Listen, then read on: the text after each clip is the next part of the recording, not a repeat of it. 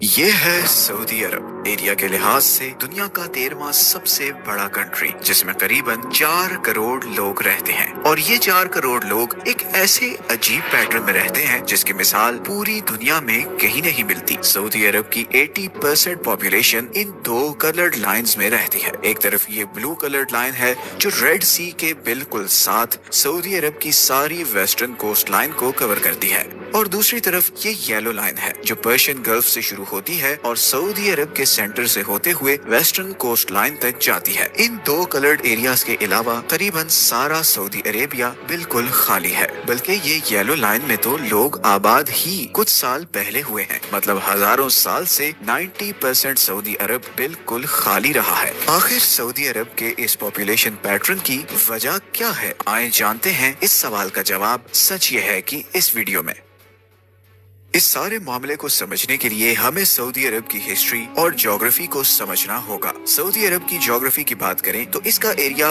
بہت ہی بڑا ہے، اتنا بڑا کہ تقریباً پورا یورپ اس میں آ جائے، اور اسی لیے 4 کروڑ لوگ ہونے کے باوجود سعودی عرب کا زیادہ تر حصہ خالی ہے، اور ایون یہ 4 کروڑ کا فگر بھی سعودی عرب کی پاپولیشن میں چند سال پہلے ہی ایڈ ہوا ہے۔ مطلب اگر ہم ڈیٹا دیکھیں تو 1970s میں سعودی عرب کی پاپولیشن 61 لاکھ تھی، اور آج 2023 میں یہ تقریباً 4 کروڑ تک پہنچ گئی ہے۔ مطلب پچھلے صرف 50 سالوں میں سعودی عرب کی پاپولیشن میں قریباً 3.25 کروڑ لوگ ایڈ ہوئے ہیں۔ ایسا کیا ہوا ہے ان 50 سالوں میں، اور 1970 سے پہلے سعودی عرب کی پاپولیشن اتنی کم کیوں تھی؟ اس کی سب سے بڑی وجہ ہے سعودی عرب کی ہارش جغرافی۔ اب سعودی عرب کا میپ دیکھیں تو آپ کو ہر طرف بڑے بڑے ریگستان نظر آئیں گے، جیسے ناردرن سائڈ پر جارڈن اور عراق کے بارڈر پر النفود ڈیزرٹ ہے۔ اسی طرح سعودی عرب کی صدرن سائڈ پر بہت ہی بڑا اور خطرناک ریگستان ہے جسے عربی میں ربع الخالی اور انگلش میں دا ایمپٹی کوارٹر کہتے ہیں۔ اگر آپ گوگل میپ پر سعودی عرب کو دیکھیں تو آپ کو سمجھ آ جائے گا کہ اس ایریا کو دا ایمپٹی کوارٹر کیوں کہتے ہیں۔ اس پورے ایریا میں آپ کو کوئی روڈ،